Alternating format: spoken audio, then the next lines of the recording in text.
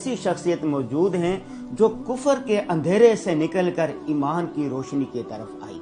अस्सलाम वालेकुम। वालेकुम अस्सलाम व रहमतुल्लाहि व कैसे हैं आप? अल्हम्दुलिल्लाह। गिरजा से मस्जिद तक का सफर कैसे तय हुआ? हाँ, बड़ा बेहतरीन जी सवाल। गिरजा से मस्जिद तक जी एक मेरी तंजीम थी the young Christian fellowship world wide के नाम से। जी मैं उसका चेयरमैन था। मेरा एक काम था मुसलमानों में ही तबलीग करने का। जी मेरा काम कोई और नहीं था, तबलीग सिर्फ मुसलमानों के बीच में करनी है। जी तो वो क्या थी वो अलग वो बड़ी तफसीली बात है, वो करते बाद रहेंगे में इंशाल्लाह। करेंगे। हाँ, जी जी आज जो बात मेरी है ईमान लाने की, जी तो असल में ये एक बड़ा बेहतरीन सवाल है। आपने पहली बार ये किया कि गिरजा से मस्जिद तक कैसे सफ़र हुआ, वरना उमूमन मुझसे सवाल होता है कि मुसलमान कैसे हुए, जी आप कैसे मुसलमान हुए। तो मैं उसका जवाब भी कुछ मुख्तलिफ देता हूँ कि मैं मुसलमान नहीं हुआ हूँ। अच्छा। लोग कहते हैं कि आपने इस्लाम कैसे कबूल किया, तो मैं कहता हूँ कि मैंने इस्लाम कबूल नहीं किया, बल्कि इस्लाम ने मुझे कबूल किया है। अल्लाह अकबर। हाँ, इसका जवाब ये होता है। लेकिन आपने जो सवाल किया है, असल में एक शख्स पर मैं काम कर रहा था, उसे ईसाई बनाना चाहता था। 1 साल का अरसा गुजरा मुझे। 1 साल गुजर गया तो उसमें मैंने मुख्तलिफ हरबे इस्तेमाल किए। अपनी बेगम को भी इस्तेमाल किया, वो उनके घर वालों को वर्गलाती थी, वो ब्यूटिशियन थी, वो वर्गलाती थी उनको, औरतों को जाकर घर में। मैं बंदे के साथ लगता था। 1 साल गुजर गया, मैंने मुख्तलिफ किताबें, मुख्तलिफ किस्म की किताबें मौलवियों की लिखी हुई, फतवों की लिखी हुई उसके सामने रखी। 1 साल के बाद उसने मुझे कहा कि मंसूर अहमद उनका नाम, लाहौर के रिहायशी थे। उन्होंने मुझे कहा कि भाई आपने बड़ी कोशिश की, मुझे पता चल गया है कि आप मुझे ईसाई बनाने के चक्कर में हो। इतनी जो तबलीग आपने की है, और ऐसी तबलीग अगर मुसलमानों में हो जाए कि मुसलमान 1 साल किसी के पीछे लगे रहें, तो दुनिया पता नहीं कहाँ पहुंच जाए। काश हमारे अंदर ऐसे जज्बे पैदा हो जाएं लोगों में। तो आपकी इस लगन को तो मैं सलाम करूंगा। बात यह है कि आपने मुख्तलिफ किताबें मुझे दी, ये किताबें मैंने देखी हैं, पढ़ी हैं, लेकिन बात यह है कि ये मुख्तलिफ जिन मौलवियों ने लिखी है ना, इसका जवाब भी वो मौलवी देंगे, मैं क्यों दूं? ठीक है। मैंने कहा भाई मुसलमान होने की हैसियत से तो आपको कोई जवाब देना चाहिए। उसने कहा मैं सिर्फ एक किताब का पाबंद हूँ, उसका जवाब देने का पाबंद हूँ बतौर मुसलमान। मैंने कहा जी वो कौन सी किताब है? कहने लगा वो है अल्लाह की किताब, कुरान। मेरा और कोई किसी किताब से कोई ताल्लुक नहीं है, मेरा कुरान से ताल्लुक है या हदीस से ताल्लुक है। मैं मुसलमान हूँ, मैं जवाब दूंगा कुरान से, क्योंकि वो हमारी बुनियाद है, मेरे ईमान की बुनियाद है। कुरान में अगर आपको कोई तजाद मिलता है, कोई गलत बयानी मिलती है, कोई बुरी बात नजर आती है, आप मेरे पास ले आओ, उसका मैं जवाब दूंगा। मैं पाबंद हूं उसका। बाकी किसी किताब का, किसी मौलवी की किताब का, किसी का पाबंद नहीं हूं। ठीक है। मैंने कहा हदीस लाऊं, उसने कहा हदीस भी नहीं लाओ, क्योंकि हमारे यहाँ हमारे पास एक इल्म का खजाना मौजूद है कि सही हदीसें भी हैं और मौजू भी हैं, ज़ईफ हैं। तो इस पर तो मैं बात करूंगा नहीं। ठीक है। मैं बात करूंगा कुरान पर। ठीक है। उसने कहा, मंसूर ने कहा। ठीक है। मैंने कहा जी ठीक है। तो अगर मैं कुरान से कोई एतराज लेके आता हूं, अच्छा, या काबिल एतराज बात या कोई गलत बात लेके आता हूं, तब आप क्या करेंगे? तो उसने कहा कि मैं उसका जवाब दूंगा। ठीक है। मैंने कहा कि बात यह है कि लोग कहते हैं कि मैं जवाब दूंगा, फिर देते नहीं है। आमतौर पर वो तनख्वाह देते हैं कि जी मैं अपने बड़े मौलवी से पूछूंगा, फिर ये जवाब दूंगा। ये एक हरबे होते हैं, हाँ, नाकाम हरबे जी, यानी बचने के जवाब नहीं है। तो बस ऐसे ही कह देना। ईसाई से पूछोगे तो वो कहेगा कि, किसी मसीही से सवाल करेंगे तो वो कहेगा कि मैं पादरी से पूछ के बताऊंगा। इसी तरह मुसलमान कहता मैं मौलवी से पूछ के बताऊंगा, तो तुम भी वही करोगे। उसने कहा नहीं, मैं जवाब दूंगा। मैंने कहा तो कितने दिन लोगे भाई, टाइम भी मुकर्रर कर दो।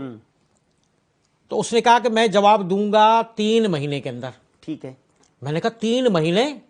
वो क्यों? कहने लगा इसलिए कि 1 महीने तक तो मैं खुद कोशिश करूंगा, पूरी कोशिश करूंगा कि तुम्हें जवाब दूं।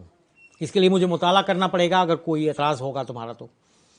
नहीं दे सका तो फिर मैं अपने मुल्क के तमाम मकातब फिक्र के उलमा से दरियाफ्त करूंगा। ठीक है। इसमें भी मुझे कम से कम 1 महीना चाहिए। अगर ये नहीं देख सके, तो नहीं दे सके जवाब इसका, आपके एतराज का, तो फिर मैं पूरी दुनिया के उलमा से राब्ता करूंगा। इसमें भी मुझे 1 महीना चाहिए। मैंने कहा अच्छा ठीक हो गया। 3 महीने में अगर आपने जवाब नहीं दिया तो तो उसने कहा कि फिर तेरी कोशिश कामयाब हो जाएगी, मैं ईसाई हो जाऊंगा। फिर क्या हुआ? मैंने कहा फिर एक बात सुनिए, अगर आप ईसाई होने की ये जो आपने शर्त बात हो गई है कि अगर जवाब नहीं दिया तो ईसाई हो जाएंगे, लेकिन अगर जवाब दे दिया मैं मुसलमान नहीं होऊंगा। आपने कहा मैं मुसलमान नहीं होऊंगा, मैं मुसलमान नहीं बनूंगा। अच्छा, ये याद रखिए। उसने कहा नहीं जी, आप पर कोई शर्त नहीं है मेरी, कोई दावा नहीं करूंगा। मैं खुश हो गया। मैंने कहा अगर जवाब नहीं देता तो ये ईसाई हो जाएगा, दे देता है तब भी मैं तो बच जाऊंगा। ये सोचकर तो मैंने कहा कि ठीक है, मैं कुरान का आपको चंद दिनों में वो एतराज ला के देता हूं। ठीक है। इसने कहा ठीक है, क्योंकि हमारे पास आपने एतराज ला के दिया, फिर उसके लिए आपने कुरान का मुताला शुरू कर दिया। हाँ, एतराज ढूंढने के लिए। ठीक है। क्योंकि मेरे पास एतराज आपने की फहरिस्त एतराज थी। ढूंढने के लिए कुरान पाक का मुताला कुरान का मुताला शुरू। ठीक है, फिर मुताला शुरू कर दिया तो? हाँ, तो मुताला शुरू कर दिया। मैंने 25 पारे पढ़ लिए। ठीक है। उर्दू का तर्जमा लेके आया था फतेह मोहम्मद जालंधरी का। ठीक है। पूरा तर्जमा पढ़ लिया, 25 पारे तक पढ़ा।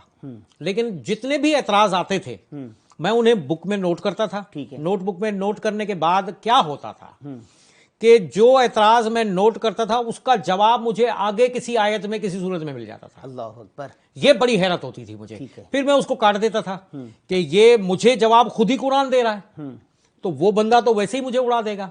वो तो इतना नमाजी परहेजगार बंदा है, मुसलमान है, अच्छा ईमान वाला। खैर, ये होता रहा। 25 पारे तक मुझे कुछ पता नहीं चला।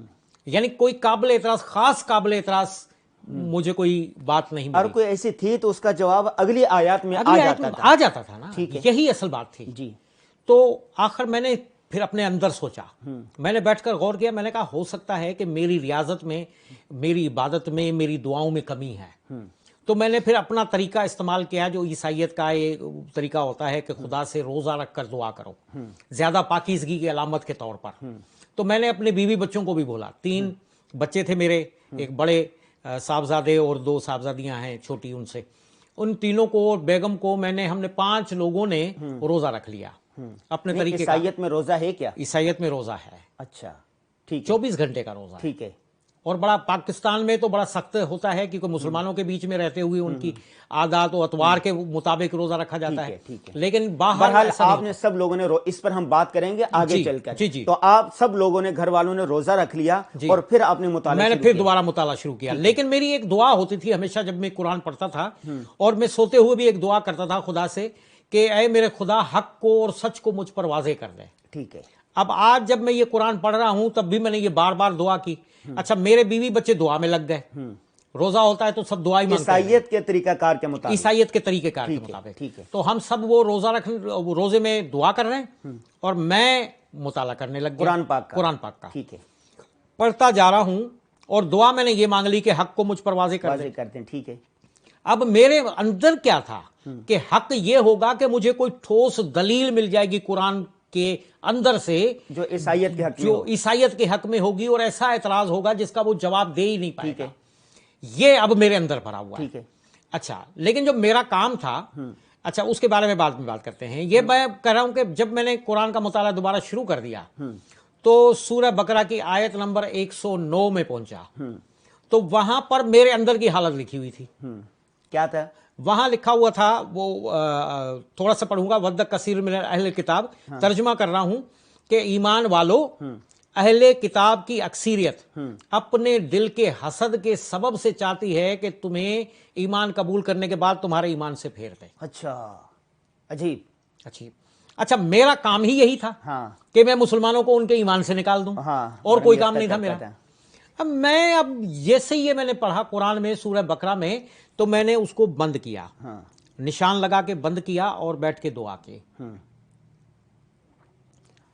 फिर मैंने खोला, पढ़ा, वही लिखा हुआ है, वद्दा कसीरुम मिनल अहल किताब। अहले किताब में से चंद लोग ऐसे हैं जो चाहते हैं कि अक्सरियत, अहले किताब की अक्सरियत ये चाहती है कि वो अहले ईमान को, मुसलमानों को उनके ईमान से निकाल दें। ठीक है। तो मैं कह रहा हूं कि ये काम तो मेरा है। कुरान लिखने वाले को पता कैसे चला? क्योंकि मेरे नजदीक या पूरी ईसाइयत के नजदीक कुरान गैर इल्हामी किताब है। ठीक है। अब जहन में ये सवाल उसी टाइम पैदा हो गया कि गैर इल्हामी किताब है, दावा है कि ये 1400 साल पहले लिखी गई। ईसाइयत में कुरान पाक को इल्हामी किताब नहीं समझा जाता। ठीक है जी। हालांकि इल्हामी किताब है, कुरान पाक इल्हामी किताब है, ठीक है। लेकिन ईसाई कह देते हैं, अगर आप ठीक उनसे सवाल करेंगे वो कहते हैं कि हमारी किताब में इसका जिक्र ही नहीं फिर है। आपने सोचना शुरू किया कि इसे पता कैसे चला। मैंने कहा हो सकता है मेरे अंदर जो बुग्ज या नाद या मेरे अंदर जो सोच है, बुग्ज नहीं कहा, मैंने कहा जो मेरी सोच है, जो मेरा काम है, वो इतना मुझ पर हावी है कि मुझे यहां पर भी वही लिखा नजर आता है जो मैं करता हूं। ठीक है। तो मैंने फिर दोबारा बंद के 3 बार ऐसा किया, तीनों बार लिखा मिला। मैंने उठाया कुरान और लेके गया हूं मैं अपनी बेगम के पास। मैंने उन्हें कहा ये क्या लिखा हुआ है, पढ़िए। उन्होंने पढ़ लिया, उर्दू में था, तर्जमा है सारा। पढ़ लिया तो पढ़ के बताया कि ये लिखा है। मैंने कहा तो सोचो इनको कैसे पता चला कि हम ये काम करते हैं, इसे पता कैसे चला? कोई बड़े से बड़ा नजूमी भी 1400 साल पहले का ये लिखा हुआ कुरान है, उसको कैसे पता चला? ये तो हैरत की बात है। जब ये बात मैंने की तो बेगम ने मुझे चुप हो गई। लेकिन फिर मैं अंदर आया, कुरान को दोबारा पढ़ने लगा और पढ़ते मैंने कहा अब मेरे पास एक जहन में एक सवाल एक और पैदा हुआ अचानक ही उसी टाइम। मैंने कहा मुसलमानों को हमारे काम का इल्म हो चुका है। ठीक है। हमारा काम हुआ था 100-150 साल पहले शुरू, ये काम। तो मुसलमानों को कैसे, इसका मतलब है कि मुसलमानों को हमारे काम का इल्म हो गया था, तो उन्होंने कुरान में हम पर हुज्जत साबित करने के लिए यह तहरीफ की है। अच्छा। अब मेरे अंदर एकदम ख्याल आया, तहरीफ की है मुसलमानों ने। अच्छा, मैंने कहा बड़ा खुश हुआ। मैंने कहा ये इल्जाम तो हम पर लगाते हैं कि तुम बाइबलों को बदल देते हो 20 साल 30 साल के अंदर, उनमें तहरीफ करते हो। तहरीफ तो इन्होंने खुद की है। लेकिन अब एक नई एक जाविया मिल गया मुझे, सोच का दरीचे खुले। मैंने कहा लेकिन मैं इसे साबित कैसे करूंगा, मैं इसे कैसे साबित करूंगा कि मुसलमानों ने तहरीफ की? सबूत कैसे है? सबूत कैसे मिलेगा मुझे? फिर ख्याल आया कि कुरान के कदीम नुस्खों में नहीं होगा, ये जो जदीद हैं